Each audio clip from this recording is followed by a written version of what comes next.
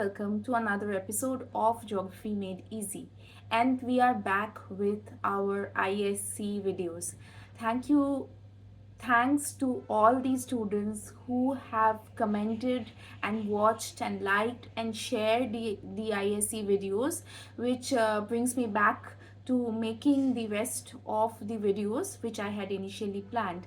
So thank you, and please share it with your friends if they are helpful, and let me know where you feel that I need to provide more explanation. If you have any doubts, you can always ask me in the comment section. So please do not forget to share and subscribe to this channel to get more content on geography. So today we will be continuing with where we had left, which is the urban geography, which is we are going to start with urban settlements. We were talking about settlement geography in the previous video, so let us begin. Starting with the definition of what we understand by urban settlements, and rather what is the difference between rural and urban. We have talked about this in the previous chapter also. Rural and urban is defined in different ways in different countries. So we can have people who are living in rural areas defined in a different fashion in developed nations from developing nations. So let us look at how we define urban in the context of India. So we are looking at urban settlement definition in context of India, and the criteria which is used for defining urban settlements in India are as follows. We have the demographic criteria, we have social, we have economic, I'm very sorry, there was a repetition and mistake, and morphological. So these are the criteria which tell us or which help us to understand whether the particular area is rural or urban. So we have particularly, if we look at rural landscapes, these rural landscapes usually are dominated by agriculture. So again, as I have said, this is a criteria mostly used in India, but again, any kind of primary activity will be clubbed under the rural landscapes. So if the people of the settlement are not engaged, if 75% of the people are not engaged in economic pursuit, which is agriculture, we can call it urban. So they will be either employed in the secondary or tertiary or any other sector. The demography here has to also, most of the people here needs to be engaged in the secondary and tertiary activities. So the demography plays a important role because the demographic contributions to the landscape is important here, because that is defining what kind of jobs they are doing. The social status, so an urban area, the societies are different from rural societies. So rural societies, we see that rural societies have a much more simple societal structure. By simple, I'm generalizing the word, but yes, it is comparatively simpler. There is not too much of cosmopolitization. Usually we see one community living in one area, but in case of an urban area, we will see that different communities are coming and living in this area. So that is important. And most important here is also morphology. By morphology, we mean how the shape of the settlement is. So we will see that in urban areas, the density of population is high, usually high, and the urban agglomeration is very, very tight. The cities, the houses are located close to one another, even if it is a planned city. This is mostly seen in urban areas. Comparatively, there are no agricultural fields, so the landscape is very important. It actually tells us whether it's a rural or an urban settlement, and a lot of the analysis which geographers do in order to distinguish at a first glance is through looking at maps and by looking at the satellite imageries, and sometimes just by looking at the land use pattern we can identify whether it's a rural or an urban settlement. Let us move on to the definitions which the census of India has given. So firstly, I'll just again explain what is or who is the census. A census is a body who actually, a government body which actually does a statistical study of all the different parameters which are fixed by the government every 10 years. So one of the criteria and one of the most important criteria, or rather the thrust area, is population. So different attributes of population are studied by the Census of India. Now, uh, the Census of India has given different definitions of what we understand by an urban area in different years, and we are going to look at a few of the definitions which have been given by the census. Let us look at one of them. The first one let us look at is the census definition which was given in the year 1991. So what does this definition tell us? That a minimum of 5,000 people have to be there in that particular settlement. 75% of the male population, and you have to understand here, females are not considered. Male population, they need to be working in secondary or tertiary sectors. That means they will not be employed in agriculture. And the third is density of population has to be 400 persons per square kilometer. So this was the 1991 criteria for census, which was again changed in 2000. So we will directly uh, come to the 2000, the census definitions which have been discussed in the year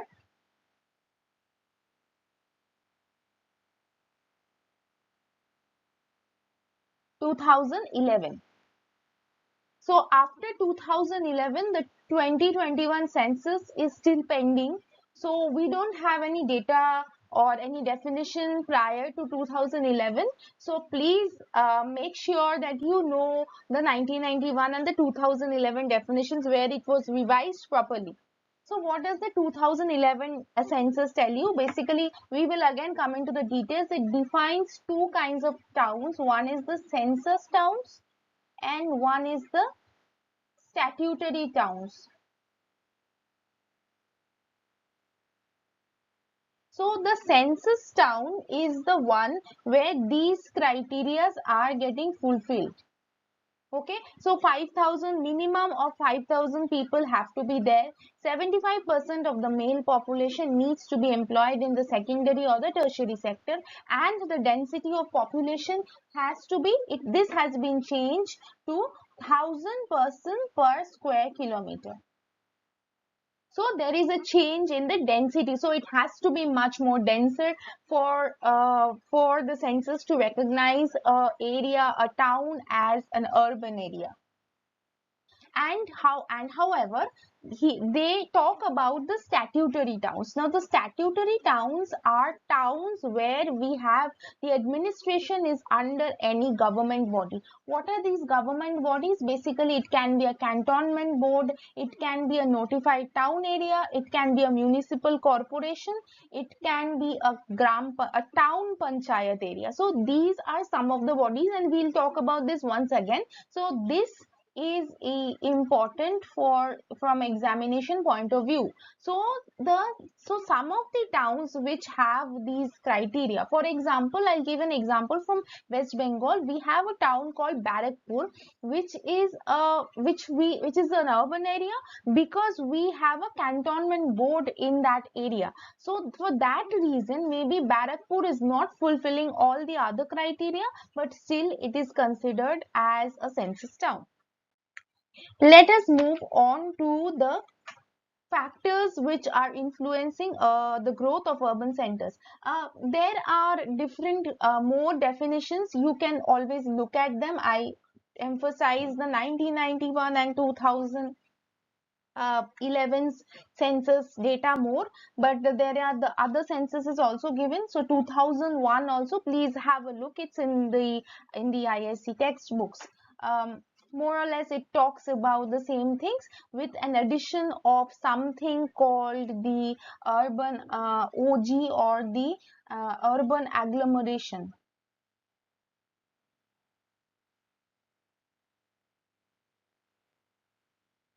So urban agglomeration is when the town expands into the surrounding areas, and we see that it actually spreads out, and sometimes two towns can also merge. So with the smaller town which is beside it. So again, I'll give one example from the Delhi NCR region. We know that Delhi NCR now, so it is called the National Capital Region for this reason, because Delhi was the main town which was there, and the OGs or the outgrowths were there. Now, what happened was that Delhi started expanding and growing, and it merged with these outgrowths such as Noida and the other outgrowths which are surrounding Delhi. And so it merged, and right now the entire area is the part of the city of Delhi. It is called the NCR region. It cannot be called or the city. So these are known as urban or agglomerations. All metropolitan cities in India have, we see this kind of phenomena happening at the moment. Okay, so I will now go into what are the factors which are influencing the growth of urban centers in India. Firstly, we have the transportation. Now, transport plays a very, very important role when we are taking into consideration urban centers or urban cities. So, different kinds of transport, which include the water transports, which are some of the oldest transport systems which led to the creation of the older towns in India, such as, if historically if we look at all these old cities, they are all located beside a river or a water body, where the usually a flowing water body, so it's a river, so that the water transport can be availed. And it is important to acknowledge that water transport, river, or it can be inland or it can be even in the sea or ocean, is important. We have the railways, which was introduced by the British, and we know that the Indian Railways, actually it connects the entire country together. So it knits together the entire country, entire nation, and it forms a very, very important part of the transport system in India. Then we have, last but not the least, roadways or motorways, and they also are very important. Now we talk a little bit about one theory which is important, which is called the brake transport theory. So we see that that urban areas, they develop along the areas where one kind of transport ends and another kind of transport begins. So it can be in the port areas where the road transport ends, and we see that the water transport begins. It can be seen in the hilly areas where we see that railways end and we see roads begin. And examples, several examples have been cited in the book. All the port cities such as Mumbai, Kolkata, Chennai, they are all having the brake transport theory. They have developed because of the brake transport theory. All these towns such as Shiliguri, Kathgodam, Dehradun, and these other towns which are located just at the junction where the Himalayas or the Shivalik ranges end, and we see that the mountains start, that area we see towns growing. So again, this is an important reason why we see that towns develop in India. Next is a very interesting reason, which is okay, the next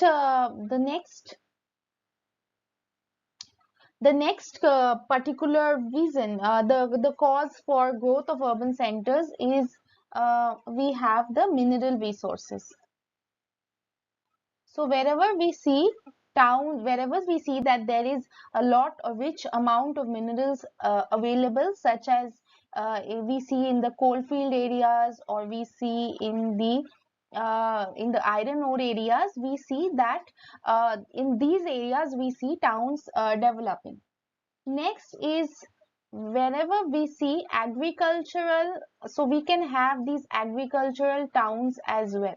So these were seen mostly during the Green Revolution, and they are important towns which developed because of the growth of agriculture in certain parts of India. And of course, very much important is industrialization. So industry towns, I think this is one of the major reasons why we see the development of a lot of towns in India. So industries play a very important role. Another important type of towns, and this is very interesting, which develops, is the villages. Reasons why we see the growth of towns. So pilgrimage, and we know that one of the reasons, so in ancient India, in medieval India, people would travel from one place to another, sometimes for trade, but in many times we would see that they would go from one place to another to visit a temple or a shrine or a church or a mosque. So that was one reason which actually led to the growth of urban areas, because the facilities had to be provided for the travelers who would be coming in. And this is very interesting. And in India, we have several of these towns which have developed, from the Haridwar to the Shirdi Sai Baba to any name it. You have the different towns, Panjim in Goa. So all of these towns, it can be of any faith. You have Chandigarh, so Amritsar Golden Temple. So all of these have contributed as important reasons why we see these towns growing in different parts of India. Then we have the educational facilities which have led to the growth of cities. Now, good example here is Dehradun. Then we have Kurseong, and very interesting is Shantiniketan. So Shantiniketan in West Bengal is a completely educational town. We have several. So this was established in the pre-British area by Rabindranath Tagore, the Nobel laureate, and he established his university in Shantiniketan. He named it, and we see that a town has developed. So an urban area crops up because of education. Next is political factors. So certain political factors, so it has been motivated, it has been seen that certain like the government actually decides to create a particular town in a particular area where it is strategically important. And in the previous areas, we see that in the hilly areas on the top of the hills, we would see that the fort would be built. So higher grounds would be seen as important areas where towns could be built. And we have seen all these fortified cities in different parts of Rajasthan, like Udaipur, Jodhpur, Jaipur, Jaisalmer, all over some higher area where over which you can have some kind of, you can look into that area, or it is protected from any kind of natural calamity which that region suffers from, such as floods. All of this factor can play as an important political factor for a city to be particularly located in that area. Uh, yes, and that actually is something which leads to the defense reason. And finally, we can have the other factors, other physical factors also, which can play an important role. So usually we see that if the terrain is flat, we will see the towns, the urban areas will be growing more in flat areas. This is something which is much more generalized with normal settlement development. So we will quickly go along with the problems which are associated with the development of cities or large settlements, large cities. So the first one is, we see that unemployment rates are usually high in city areas where too many people in comparison to jobs. So jobs versus peoples. is always skewed, which leads to this problem, which is much more there in the urban areas. But I would again not say that in the rural areas there is no unemployment problem. There is disguised unemployment. But yes, a lot of people, they migrate from the rural areas to the urban areas in search of jobs, but it's not always possible that you get those jobs. And when you don't get those jobs, and when you are migrating from the slums, from the rural areas to the urban areas, you cannot afford, because the prices of everything is so high, you cannot always afford to have a very good lifestyle, and you end up in these squatter settlements or slums, which are low housing, low budget housing. And the development of these kinds of structures in cities is quite commonly seen. Again, this is seen something which is a problem in India and in mostly all the developing nations. Next is the urban sprawl. Urban sprawl is the growth of this city, and this growth is mostly uncontrolled. This is a problem which right now all the Indian cities are facing.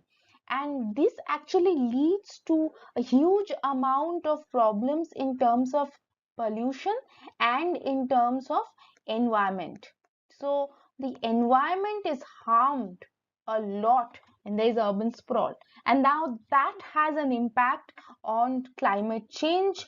We see that heat islands are getting created, too many people living in a small area, they are agglomerating. So urban sprawl is a problem. It is encroaching upon the areas, or encroaching upon areas which were agriculture, which was giving us food, which was green. So this agricultural land changing into a concrete area is not something which is very good, something like this. So yes, in the Western country, this is much more controlled, but in countries, in developing nations, it's not possible to control this completely. Next is the traffic congestions, which are resulting, which is a problem. And one of the traffic congestions, whenever we talk about this, we talk about one city which has grown so much in the last 10 to 15 years, and that is Bangalore or Bangalore. Now Bangalore and also Noida or NCR, where I'm talking about Delhi, NCR, Noida, and other areas surrounding Delhi, this same problem is there. Traffic congestion in Bangalore, it takes like a huge amount of time to move from one place to the other, and now this is because of this urban sprawl which has come up. And we are also hearing of news such as environmental degradation. We're talking about that there is water crisis or water shortage in Bangalore, which it wasn't. When we were young, we used to hear that Bangalore is known as the AC city. It has its own beautiful ecosystem, but that has got kind of ruined because of the growth of these urban centers or cities. And yes, very important, and again, we ignore it. The government here needs to take a lot of attention. Here is the pollution problems which is there, and something needs to be done, because otherwise that becomes a big problem which cannot be addressed properly. And there can be other problems of urban areas, like crime rates are much more in urban areas, standard of living, there is less cultural cohesion. These problems are there in urban areas. Now, let us look at very briefly, if we look at the urbanization process. Urbanization is the process by which a rural society becomes a urban society. It's known as urbanization. The process is known as urbanization, the change, and the cultural changes, the mental changes which takes place, it is known as urbanism. So the attitudinal change takes place slowly, and this is something which takes years, and it is also something which we will not be able to immediately see and say that, okay, this is the change which has taken place. So if we look at the history of India, we will see that urbanization is a process which has been taking place in India from ancient times. And we look at the Harappan or the Indus Valley civilization, where we see cities are formed. And next, we see again cities. So we see the cities of Mohenjo-daro, Harappa, which is the planned cities, are seen first in this phase. Then followed by cities in the Vedic age, which have not survived, but we come to know about these cities in the epics, which are also there, like Hastinapur in Mahabharata, in Ramayana. We hear about Ayodhya, we hear about these different cities in different parts of India, which was seen during the Vedic age. Then from Ashok, from the Mauryan period onwards, in different times of history, we look such as the Gupta period, the Mauryan period. In the south, we have the Sangam period. In different times in history, we see that cities have have come up and they are important. Some names of these cities: Pataliputra, Patna, Vaishali, Kushinagar. You'll get all the names in details in the book, so you can remember a few for the examination purpose.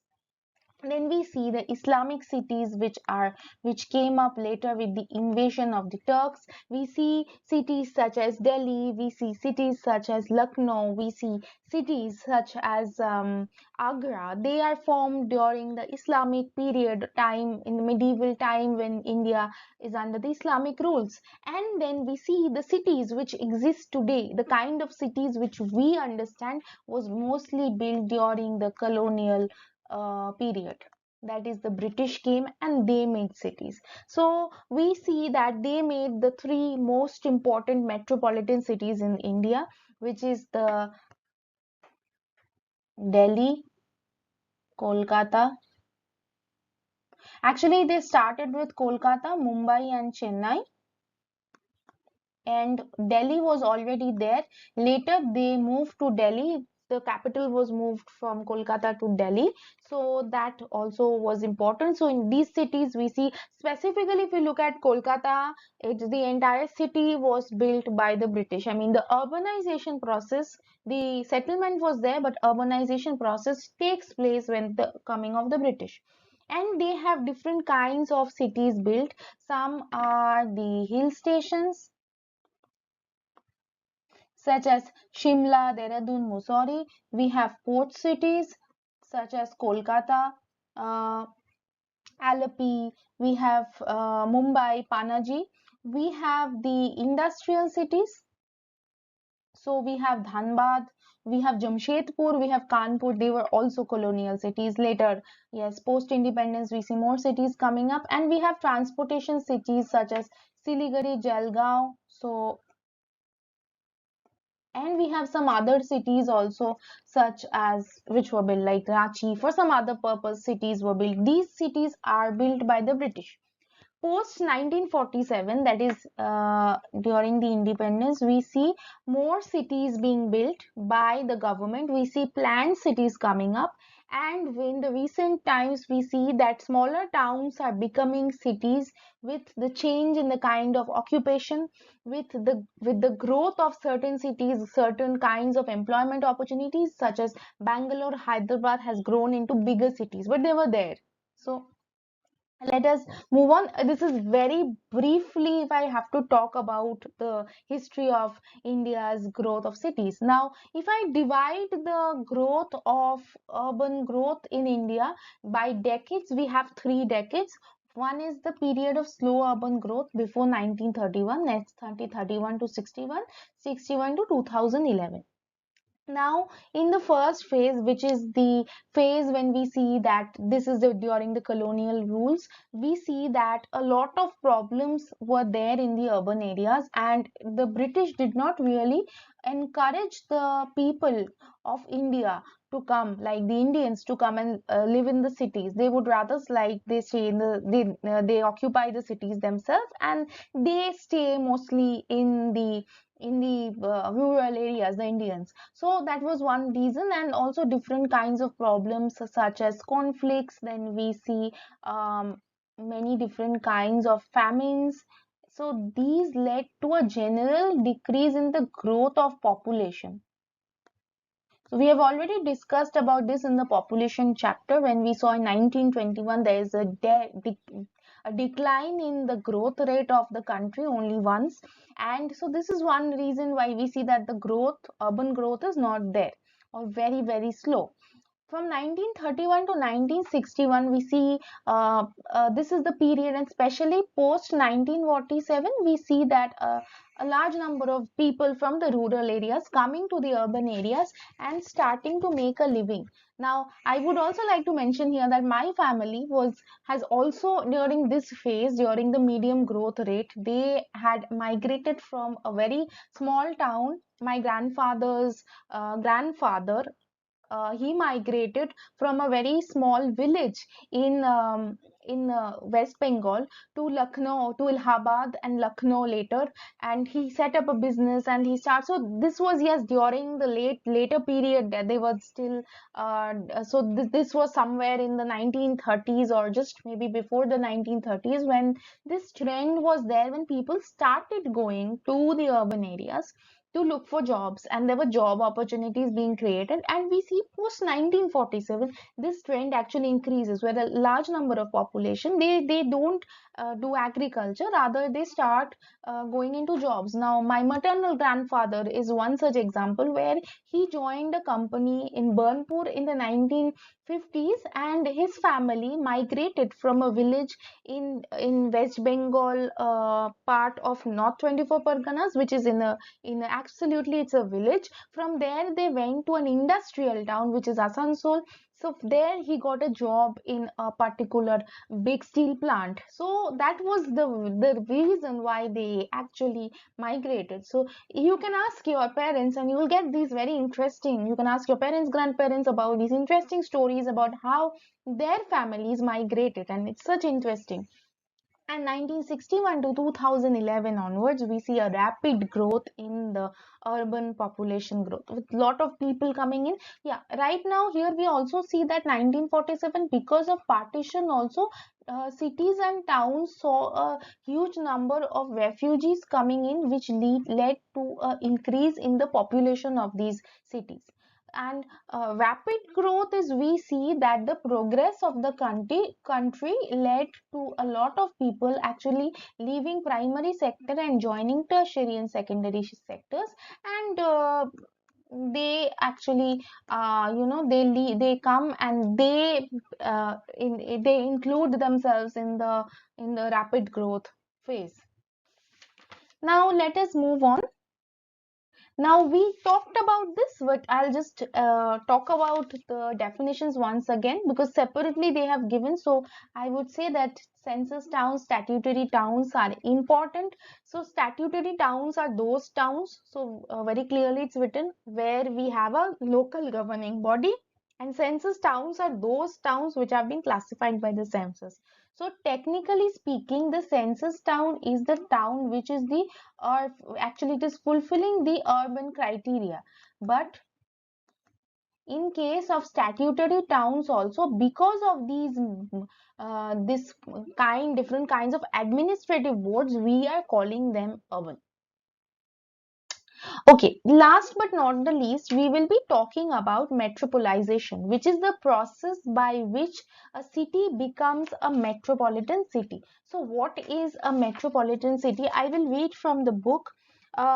So, according to R. Ramachandran, who has defined what is metropolization in 1995, he says that it is essentially a product of the centralization of administrative, political, and economic forces in the country at the national and state capitals. So it is a process by which we see different kinds of services come together, and administrative, political, and economic forces, they come together. Let us simplify this definition a little bit.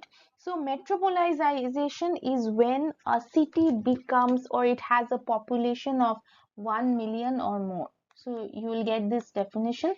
So if we, the population is huge, but we really, if we even have a very huge city, the city will, if it doesn't have a very good administration, it is not a place of political importance, such as it is a state's capital or the country's capital, or it is not performing enough economic functions, we cannot call it a metropolitan city. This metropolization process is actually, it is a very active process, and we can see that metropolization is currently taking place, and newer cities are joining this metropolitan, this bunch of cities who are called metropolitans. Initially we had the four major cities in India, but now according to 2011 census we have had 53 more cities added. We have, like, total right now, I'm sorry, 53 cities which are called the metropolitan cities. So again, we don't know the 2021 data, maybe census data. If we have the census, we are going to add this data. There will be more metropolitan cities until and unless the definition is changed.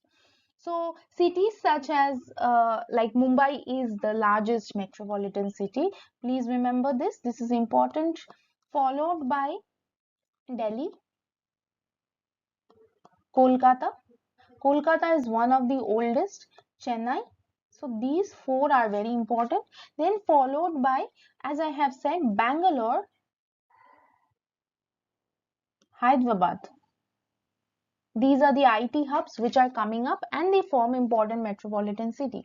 Apart from that, there are more industrial cities such as Ahmedabad, Pune, Surat, Jaipur, Kanpur. Somewhere maybe you will be landing in the near future for your jobs. So they are all these metropolitan cities where we go in search of jobs, where we see that a lot, still a huge amount of people migrate from smaller towns to these metropolitan cities in search of jobs if you are in the secondary and the tertiary sector. Now, if very interestingly, let us look at this graph and I'll end it here. So with this graph, we can see the decadal growth of the metropolitan cities. This is a graph from an article published in Springer, a reputed journal. And we see that here, if we look at the growth of the metropolitan cities, the amount of population is constantly growing. In 1991 decade, the population of metropolitan cities rose a lot. Now, if you look at the graph which is there in your book, you will be able to see that if you look at the growth curves of the four metropolitan cities of India, we see that Kolkata had a high growth rate, but then it declined. Comparatively, if we look at Chennai is was lesser, but it is still growing. They're all showing an upward growth, but the growth of Kolkata is behind right now Mumbai as well as Delhi. They have both far preceded and left Kolkata behind. Now, this has happened because of growth of economic opportunities which have increased in Mumbai and which have increased in Delhi, which has led to a lot of people migrating there. So the growth of these cities are much, much more than Kolkata. So, what are the important questions for this particular for the exam from this chapter? So, definitions and concepts, and we can also have the give reasons, which I didn't write, but I think they are easy and you can reason them out simply. The different problems which are faced by urban areas, and they can give you separately, like talk about urban slums, talk about urban sprawls, these type of questions, and they can give you a graph or they can give you a data and they can ask you to interpret that. That is important. And yes, map pointing, which is always important, but this chapter is, will not get a huge amount of questions from map pointing from this chapter, but yes, you can get some questions from here as well. So hope you had you understood this chapter, and if you have any doubts and if you have any questions, please feel free to write to me in the comment section. See you in the next video. Bye.